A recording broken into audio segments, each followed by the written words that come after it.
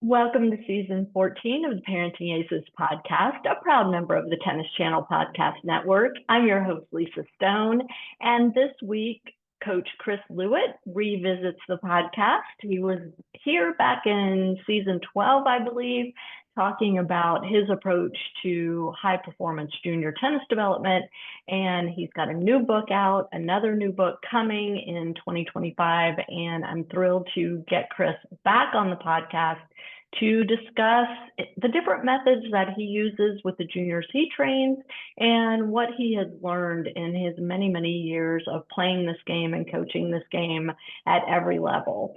Before I bring Chris on, I just wanted to let you guys know that we do still have some spots available for our trip to Spain, July 18 to 27, and would love for you to join us. We're going to be going to Barcelona and then on to Mallorca to the Nadal Academy, where our junior players are going to train and compete with players from all over the world. And parents, there's something fun for you as well if you want to join us. We will have sightseeing excursions. You can join in the tennis training if you like, and it's just going to be an all-around great trip. So if you're interested, please reach out to me, Lisa at ParentingAces.com, and I'll be happy to share all the info with you. Also, just a reminder that if you're not already, we'd love for you to follow us on social media. We're on Facebook, we're on X, we're on Blue Sky, we're on TikTok, we're on Instagram, we're on LinkedIn, YouTube, all the things. So please take a look at our website, ParentingAces.com, where you can find the links to click and follow along on all the different platforms. Now sit back, relax, and enjoy my conversation with Coach Chris Lewit.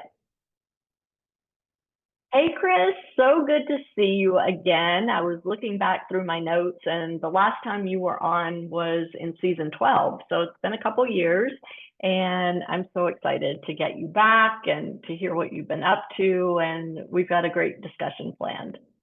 Great. It's great to be back. I love your show, and it's always an honor to be on the show. Oh, you're sweet. You're sweet. So you had reached out to me about what's going on the Pro Tour, and I know you love to study the Pro Tour and then kind of extrapolate from that and bring it back to your coaching work with juniors and adults to help everybody reach their potential in terms of their tennis. And one of the things that you've been noticing and talking a lot about is the rise of Italian tennis. And kind of your wheelhouse has been Spanish tennis since I've been in contact with you.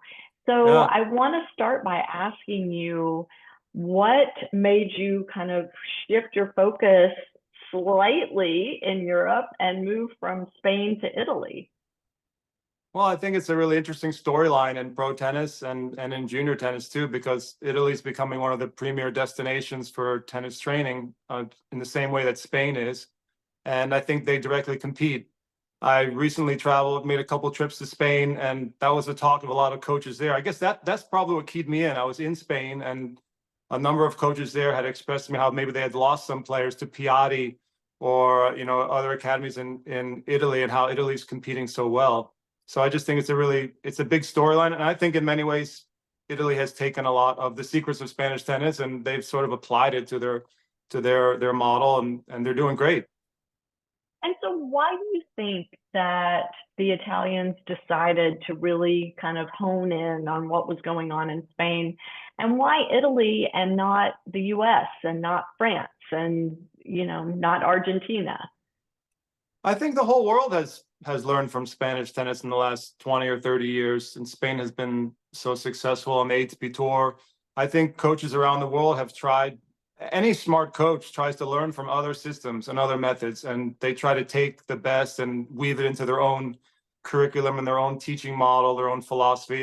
And Piatti is a great example of that. He talks about how he studied in Spain, and he's taken a substantial portion of his philosophy from Spain, and he's open about that. And I think many coaches feel the same way from all over the world. They've tried to learn the best of what Spain has done, and that's one of the reasons I wrote the book. I tried to share some of the substance of what they do in Spain. And in the book, I talked about how, coaches can take as they please any parts of this system and apply it to their own methods and make it work. So that's the cool thing about Spanish tennis. You can use it you can use it in your own system. You can take bits and pieces of it. It still works pretty well. So what is it about Spanish tennis and their methods in Spain that, in your opinion, have enabled them to create so many top level players? And it's not just pros and it's not just men. It trickles down to the juniors. And if you've been to Spain, to these academies, you see these juniors just, grinding out there. Yeah, I think one of the things that makes Spanish tennis so easy to it's very modular and it's very simple approach. So it's not a system that's overly complicated, that's difficult to transfer to another philosophy or method. So, for example, the emphasis on like superior fitness level, that's easy to apply. Italy's done that. Like they've redoubled their efforts on being more fit and strong and focusing on physical development. That's easy to apply to any other system. For example, good footwork and positioning, being an optimal balance to hit the ball. Like that's an obsession in Spain. That's something you can take and you can take that and bring that to pretty much any other philosophy and make it work and weave it into your system. So I just think the simplicity of Spanish tennis, the idea of hard work, of suffering, of being a fighter, those are simple ideas and ideals that Italy has taken to heart. The coaches in Italy are espousing very similar beliefs to Spanish coaches. Piatti, a lot of the things Piatti says is right out of taken right out of my book, right out of the words of Pato Alvarez or Luis Bruguera, the legendary Spanish coaches. And so I think they've applied some of that, and they've also done a number of things at the grassroots level in Italy, and they've increased the number of professional tournaments in Italy. So they've done a number of things at the federation level, but also in terms of the teaching philosophy. Do you see any of that trickling over here to the U.S.? And besides yourself, do you know junior coaches here in the States that are looking more closely at those methods and how they can integrate them into their own coaching philosophies?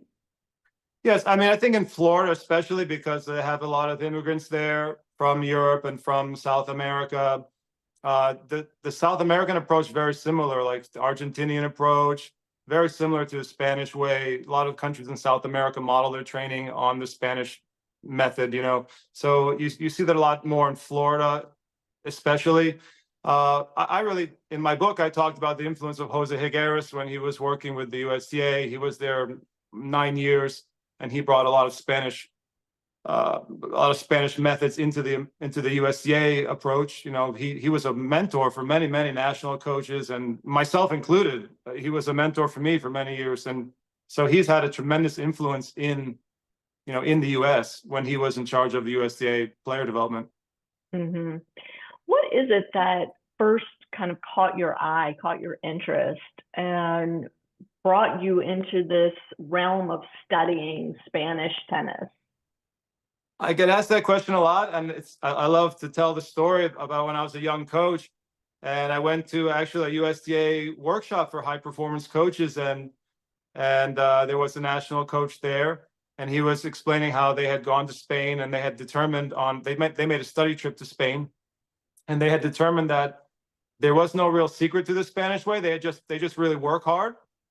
And that got me thinking, and I was very curious, and I said, there's got to be more than, I know they work hard, but there's got to be more than just that.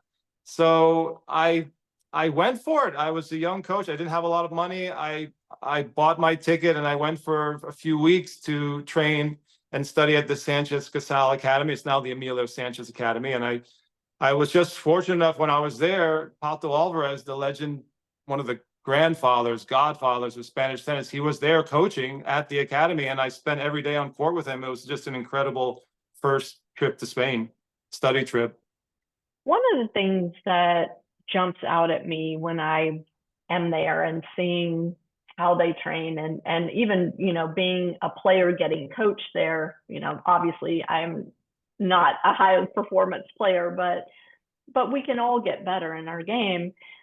One of the things that jumps out at me is the respect and the expectation of respect in the training environment. So it's not just respect of the player toward the coach, but it's respect of the player toward the player on the other side of the net, respect of the player toward the game, and also respect of the coach toward the player. It's a full circle thing. And I do feel like that's something that is not as prevalent here in the States. Obviously, there are coaches that are very good at creating that type of respectful environment, but then it's missing from a lot of environments as well. Can you talk a little bit about that word respect and its place in Spanish tennis and its place in junior development worldwide? Yeah, I think you make a really good point because in Spain, there's a heavy emphasis on character development. A lot of what you're describing sounds like the philosophy of Tony Nadal, and Tony has an incredible character development method, and I talk about it in my book. I have a new chapter on the Tony Nadal's philosophy and the way he develops character and values. Respect is one of them. To win with honor, to fight and sacrifice, to overcome challenges, to be humble. These are Spanish virtues, and Rafa is a great example of that. Alcaraz, a great champion, very humble, and they show a lot of respect to the game. And like you said, to their coaches, to their competitors. But Tony Nadal is the most incredible genius when it comes to developing character. If I had a young kid, I would study the teachings of Tony Nadal and try to transmit some of that wisdom to my children because he has an incredible teaching philosophy in terms of character development. How do you think he's been so successful with that? And how has he taught the coaches that work around him to implement that and have success with it? Because it's one thing to say, you must respect the game, you must respect your opponent, you must respect your parent, your coach. It's another to kind of take that next step in terms of accountability and responsibility and consequence, right? Yeah. Well, Tony is tough, Lisa. He's the disciplinarian, and I've been on the court with him, and he's he has this aura about him, and when he says something, that you need to listen. And he's taken, he has a very stern approach. He has a good sense of humor, actually, but he hides it well. And he has sort of like I don't know if he has a military background, but he has like a strong military type presence. And he can be very stern, and he doesn't take a lot of crap. So in that situation, maybe he may clash with a lot of kids who might not want to follow his advice, but when you're a tough disciplinarian coach, usually the kids will listen to you, or they may leave, they may walk off the court too. But I think that's his style, and it's really hard to you need to have the kids respect. You need to live with this, set a good example for young kids. It's very important to be a good role model, to live the values that you're trying to teach them. So I think that's very important. In Spain, it's a little easier because there's that whole culture around those values and character development. So you see a lot. You may see more role models around you, other kids listening and behaving better. But even in Spain, I mean, they have kids that have poor sportsmanship, poor behavior. They need to work on that as well. But I think for the coach, if the coach can be strong yet respectful, and to live the values that they're trying to teach the young students, that's really important. It's interesting because when I was at the Nadal Academy last year, I interviewed some kids that were there training. And one particular kid that I interviewed talked about how difficult and intense the training was every day. And that really wasn't for him. He was glad he came, but that wasn't something he was interested in doing week in and week out, throughout his junior career. And I thought that it was really helpful to hear that, because this isn't for everybody. High performance development is not for every single junior tennis player. It's not for every single junior tennis coach. And I think, sometimes we lose sight of the fact that every kid is different. And just because this method has worked for these players, it doesn't mean that your kid wants to train like that or wants to be in that type of environment. Yeah, I mean, I work in high performance, so I'm working with most of the kids who want to play top college or professional, and so it's a different world. Not every kid wants to suffer, but that is part of the Spanish ethos. You're going to come, you're going to suffer on the court, you're going to grind, we're going to push you to the limits. And I've taken many trips to Spain with players. I've taken 10, 15, 20 kids each summer to Spain, and sometimes it's a lot for them. Also, the drilling in Spain can be very repetitive. Sometimes they can do a lot of heavy basket work and repetitive drills. I've taken players to Spain where the first 2 weeks they didn't play a point, and they just did tough drills, and it really some of the kids didn't handle it very well. Like, when am I going to play some points? When am I going to have some fun? Or sometimes I've taken kids to Spain, and the first couple of days the coaches are just forcing them to run and suffer. That's not always the best fit for some kids, obviously, like you said. I think this is interesting. You make it, I thought, just segue, but related to what you're saying, in Spain, they've had to learn themselves how to accommodate a broad spectrum of players who are coming to visit, because Spain has become one of the premier destinations for tourism and training, tennis players visiting, international players, just like you and your group met, that's happening all the time. And so the original Spanish system they've had to adjust it themselves. Even at the Rafa Nadal Academy, they have to have different levels, different intensities that they work at. And that's happening all across Spain now, as players who may not be as high performance as they're used to working with are coming to visit, and they want to experience Spanish training. And, I think it is good to be exposed to the pure form of Spanish training, and also to understand what, as a player, you're willing to do and sacrifice for your own achievements, right? So again, this all sounds amazing, and it is. I've seen it, but it's not for every kid. It's not for every family. And I want the parents that are watching or listening to this to understand that, your kid may not want to work at that level. Your kid may not want to sacrifice at that level. And it's okay. There are alternatives out there, but it's important to understand that in order to achieve the pinnacle of our sport, it is imperative to work and train at that level. Yeah, I mean, for any families who are listeners of the show who want to go to Spain, there are places in Spain that are more, give you a more comfortable experience, and there are places that you should probably avoid if they're too hardcore. So that I advise parents all the time. Anyone can just email me, and I give out advice of where to go in Spain constantly, just because of the book, and people have read it. They know I've visited there a lot. So there are places in Spain where you can get different accommodations depending on your level. And yeah, I think that's important. You don't want to be careful. Like, there's a few places in Spain I'm very careful on where to send players, because I know this place might be really tough, or this place is there are some places that are not as tough, and they might be more appropriate for the types of players you're describing. Mm-hmm.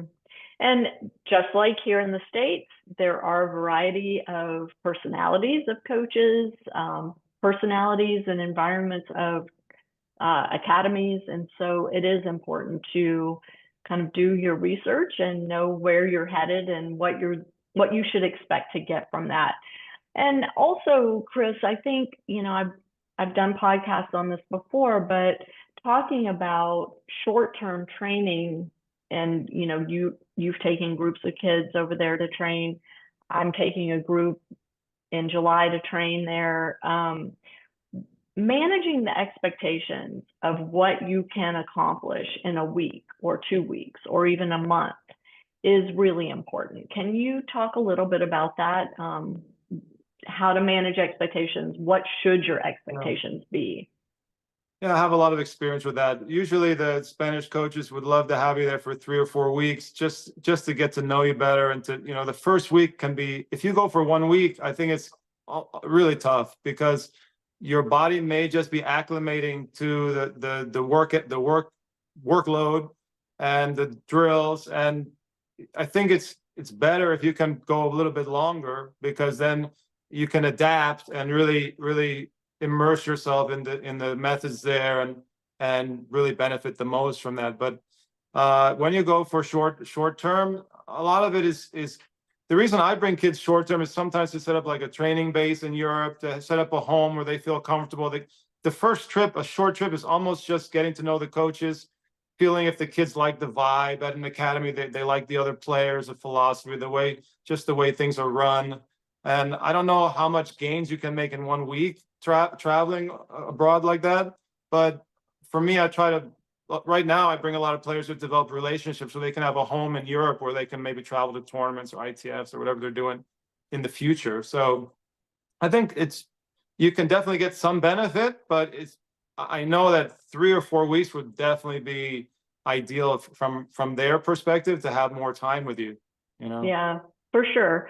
And I will say, I mean, I was there a week training, and, again, I am nowhere close to the level that these juniors are at, but I did come home with some very applicable tools and things to think about, and, different ways to approach how I compete and how I train. And the one thing that stuck with me, and you mentioned this before when we were talking about, what are the secrets of Spanish tennis, was distance between my body and the ball, and making sure that I gave myself enough space on the court. And that was always something that was really challenging for me.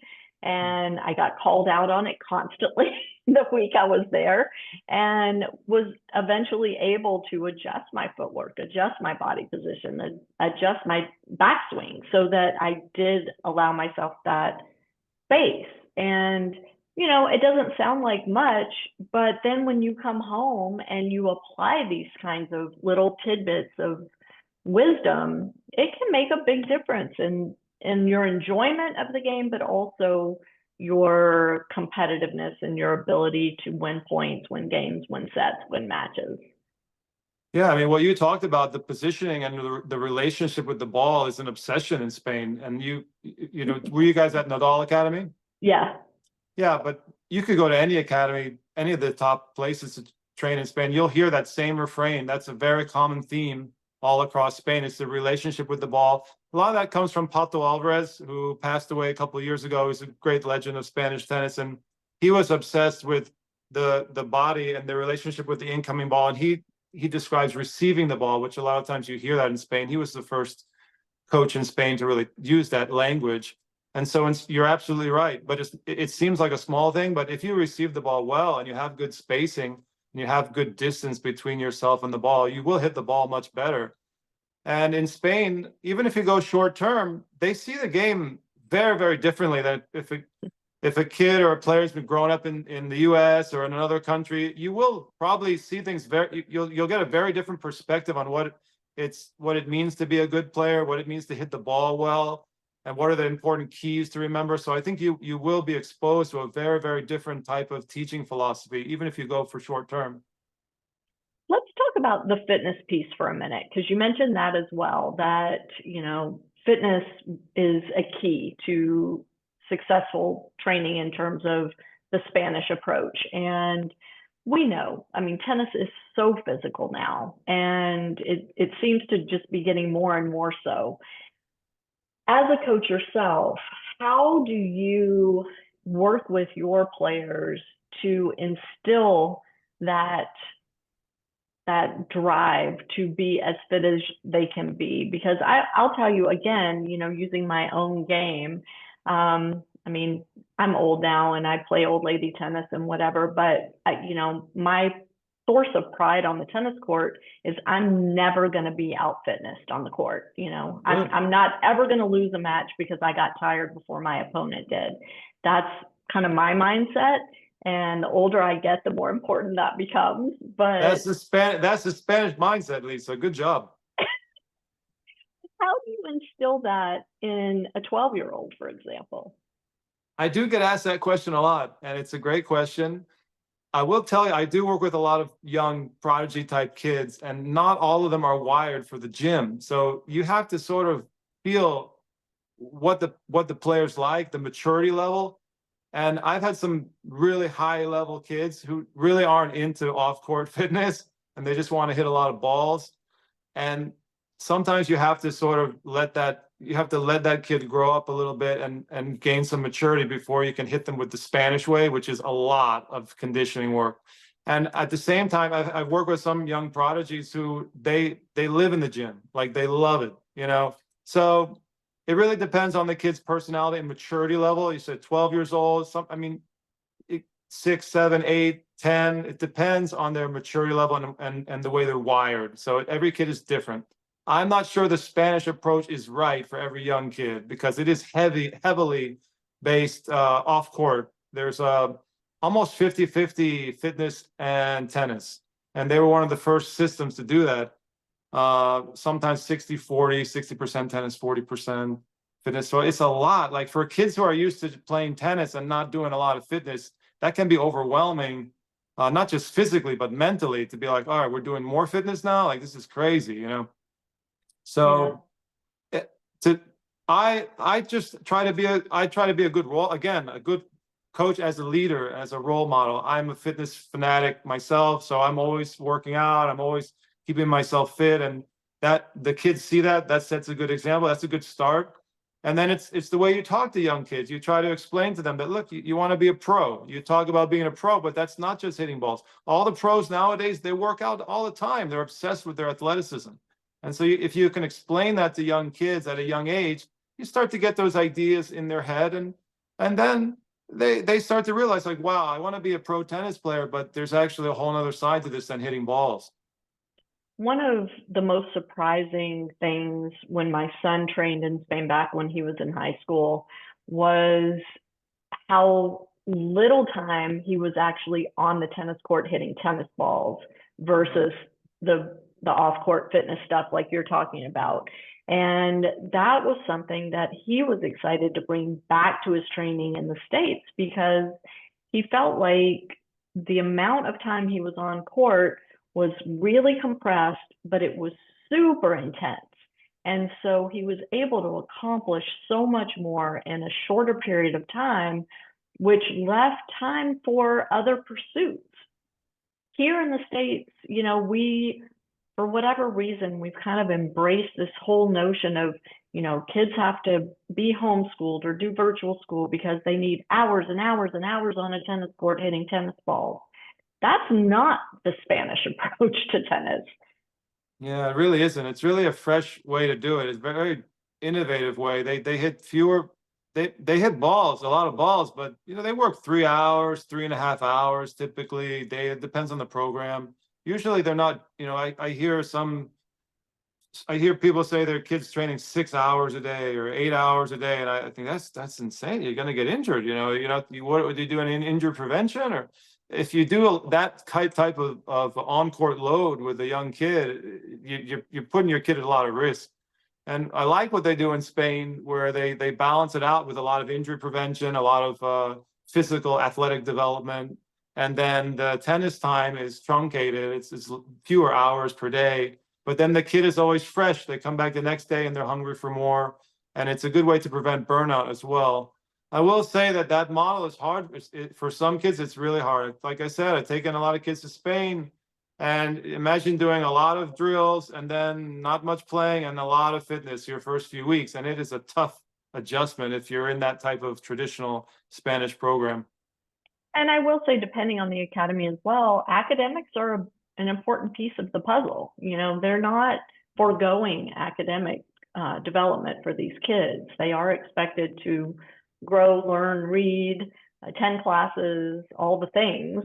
So I really hope some of that starts to bleed over more into how we're doing things here. It always makes me so sad to talk to families that are trying to keep their kids in traditional school, and there's just no tennis program for their kid if their kid is a high level player, because everything's geared toward a homeschool child or a virtual school child that's not locked into brick and mortar school hours. Yeah, it would help if some of the traditional schools were a little bit more flexible. In some states they are, in some states they are not. And so if some kids just get stuck, like I have a young girl going out on the ITF circuit, and what can she do? Her school will not flex, and she has to look for online options because she needs to travel, and her she doesn't want to leave school, but she's going to be forced to leave school, for example. So unfortunately, depending on the state that you're in, you may not have an option that way. But I agree with you. If a kid wants to stay in traditional school, it would be great if they could do that, have a traditional high school pathway. Have you ever worked with like local school boards or parents trying to work with local school boards to help kind of create a flex program for a player that, for like your example, is reached the age where they're competing internationally, they need to travel, they're going to be missing school? Maybe you have some tips for the families out there how to help facilitate that.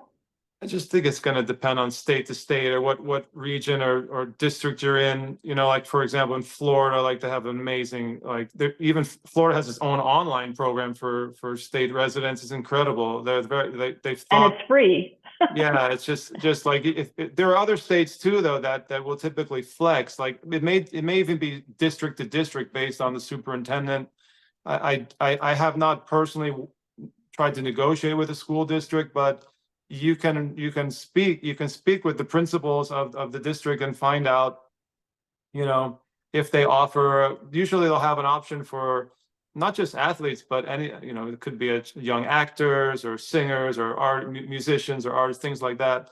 And so I remember I coached a couple of top national girls from Utah. Just randomly, different states have different rules, and they had a program where they could get out at like noon. They could go to their school, and the school would flex for them. But a lot of districts won't do that, unfortunately.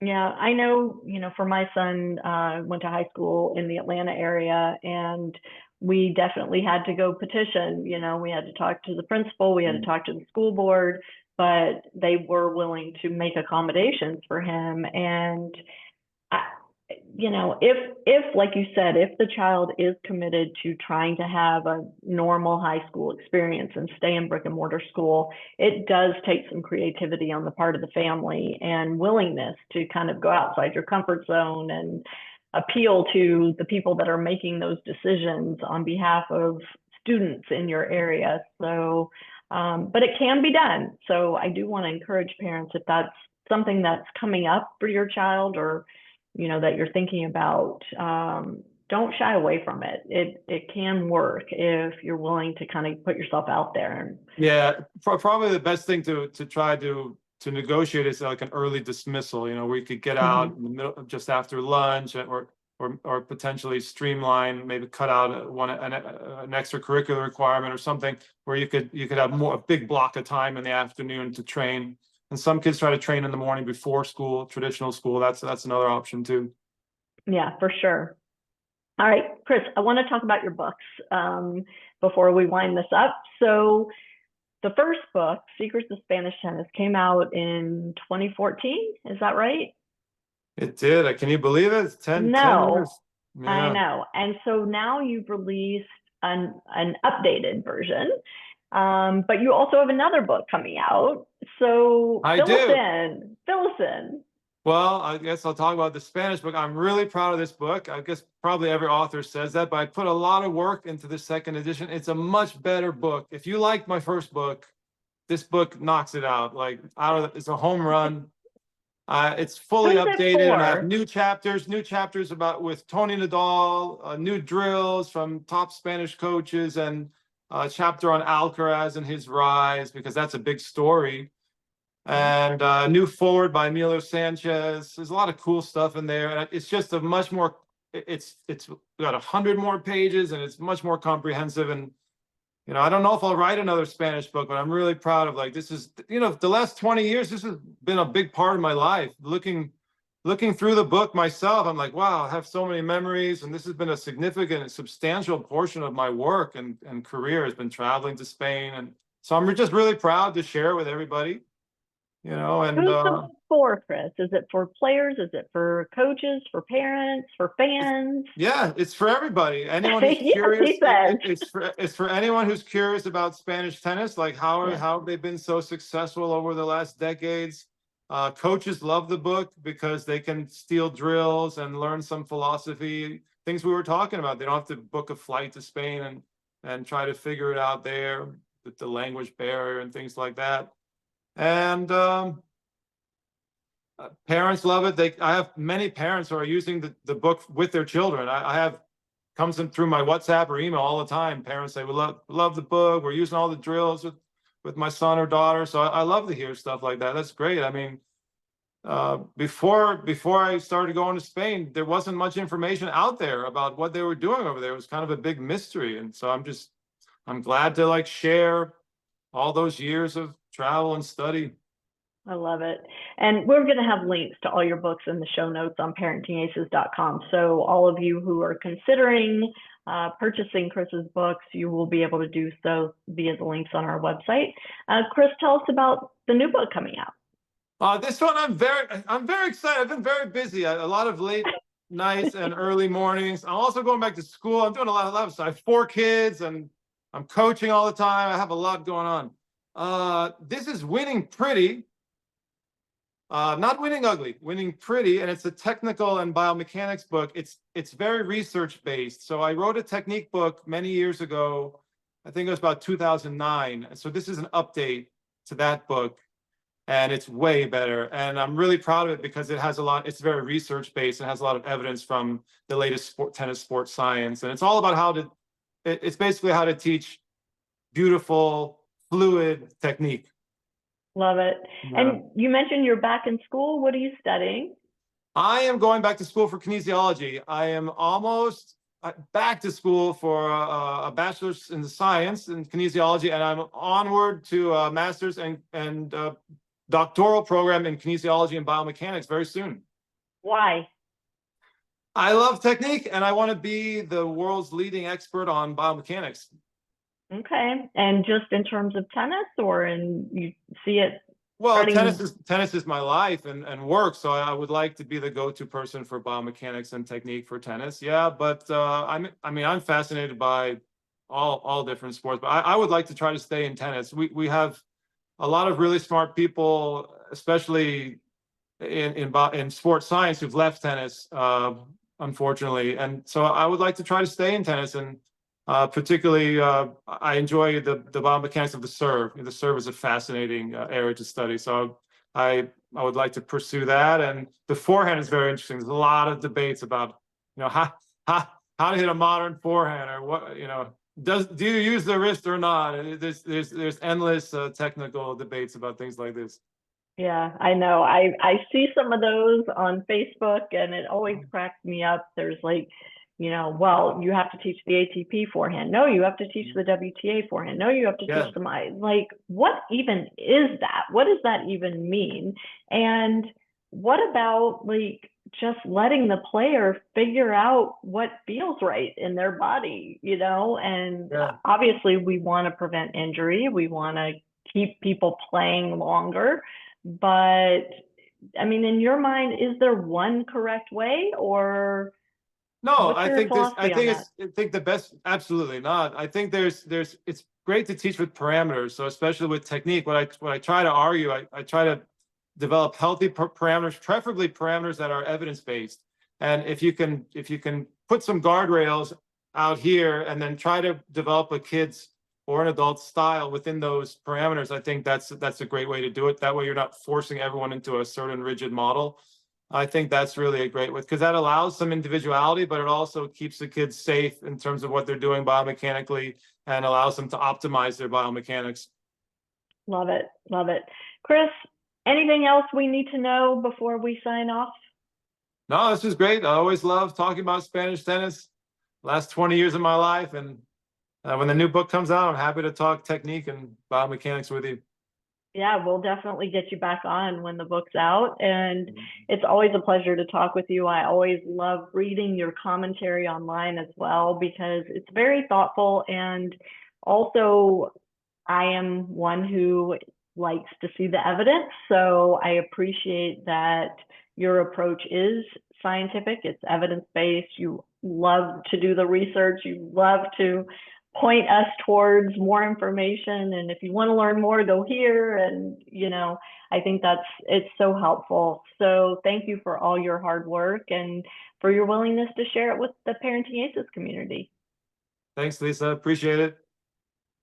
To all of you watching and listening, thank you so much for tuning in. We will catch you next time on Parenting Aces.